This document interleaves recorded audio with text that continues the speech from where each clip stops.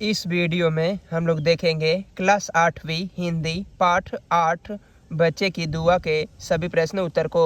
चलिए इस वीडियो को शुरू करते हैं।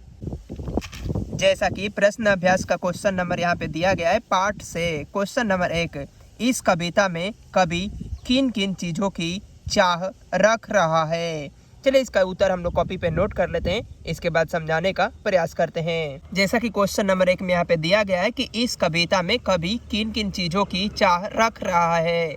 इसका उत्तर में हम लोग लिखेंगे कि प्रस्तुत कविता में कवि जिंदगी में ऐसे काम हो जिससे दुनिया में उसका नाम चमके, वह अपने काम से लोगों और अपने देश का नाम रोशन कर सके, जिस तरह फूल से बगीचों की रौनक होती है।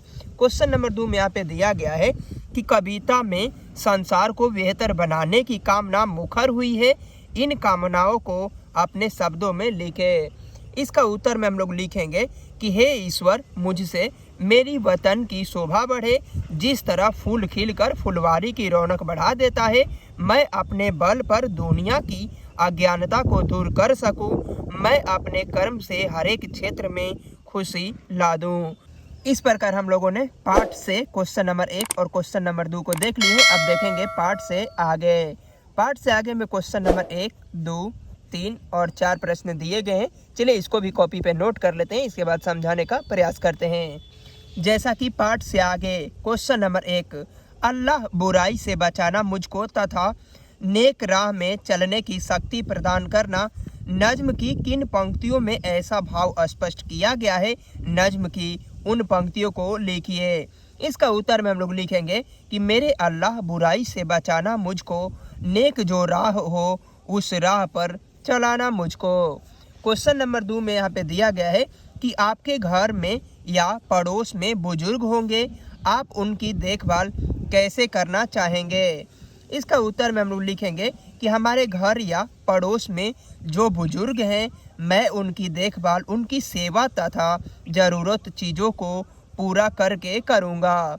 क्वेश्चन नंबर 3 में यहाँ पे दिया गया है कि अल्लाह और ईश्वर में कोई फ़र्क नहीं है, इस बात से आप कहाँ तक यहाँ पे सहमत होगा।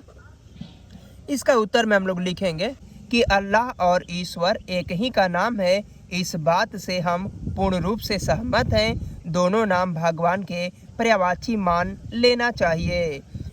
क्वेश्चन नंबर 4 में यहाँ पे दिया गया है कि व्याख्या कीजिए। क्वेश्चन नंबर का, जिंदगी हो मेरी परवाने की सूरत या रब, इल्म की सम से हो मुझको मोहब्बत या रब। इसका उत्तर में हम लोग लिखेंगे कि प्रस्तुत नज्म हमारे पाठ्य पुस्तक किसले भाग 3 के बच्चे की दुआ पाठ से लिया गया है, जिसके गायक है मोहम्मद इकबाल। इस नज्म में बच्चे भगवान से प्रार्थना करते हैं कि हे ईश्वर, मेरी ज़िंदगी परोपकार के लिए हो, शिक्षा प्राप्ति से मुझे मोहब्बत हो। क्वेश्चन नंबर 4 का क्वेश्चन नंबर ख में यहाँ पे दिया गया है कि हो मेरे दम से यूं ही मेरे वतन की जिन्नत, जिस तरह फूल से होती है चमन की जीनत।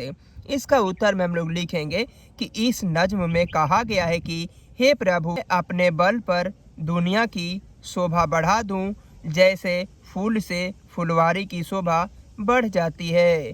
क्वेश्चन नंबर ग को देखेंगे हम लोग। मेरे अल्लाह बुराई से बचाना मुझको, नेक जो राह हो उस राह पे चलाना मुझको। इसका उत्तर में हम लोग लिखेंगे कि इस नज्म में बच्चे भगवान से प्रार्थना करते हैं कि मेरे अल्लाह या ईश्वर, मुझे बुराई से बचाना तथा नेक राह हो उसी राह पे चलाने की कृपा करना। इस प्रकार हम लोगों ने क्वेश्चन नंबर 1, 2, 3 और 4 को देख ली। इस प्रकार यह पाठ समाप्त होता है। मिलते हैं नेक्स्ट वीडियो में पाठ 9 अशोक का शस्त्र त्याग के सभी प्रश्न उत्तर के साथ में।